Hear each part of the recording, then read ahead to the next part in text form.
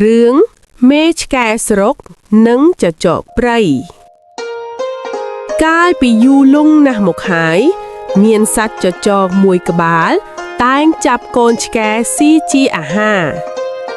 មេឆ្កែខូចចិត្តជាខ្លាំងហើយវាច្បាស់ក្នុងចិត្តថាសត្វចចកកំណាចនឹងត្រឡប់មកស៊ីកូនរបស់វាដែលនៅសល់ទៀតជាមិនខានទើបវាប្រញាប់រត់ទៅក្នុងរោងចិញ្ចឹមសត្វទាំងឡាយហើយយំអង្វរថាសូមមេត្តាជួយខ្ញុំផង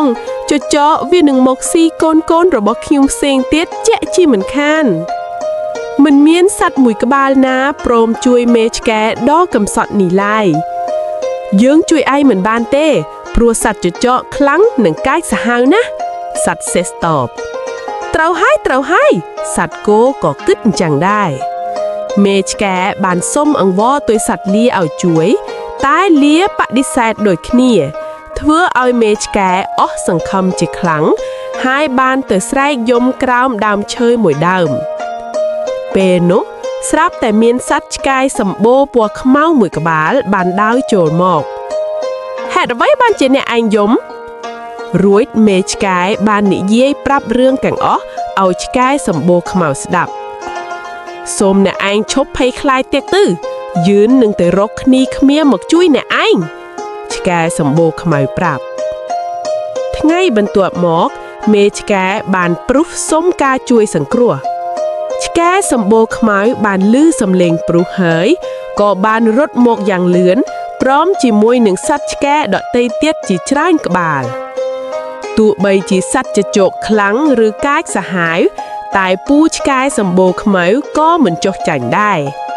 ពួកវាបានចូលទៅតស៊ូភាពក្លាហានពេលដែលសត្វចចកចេញពីព្រៃមកដើម្បីស៊ីកូនឆ្កែ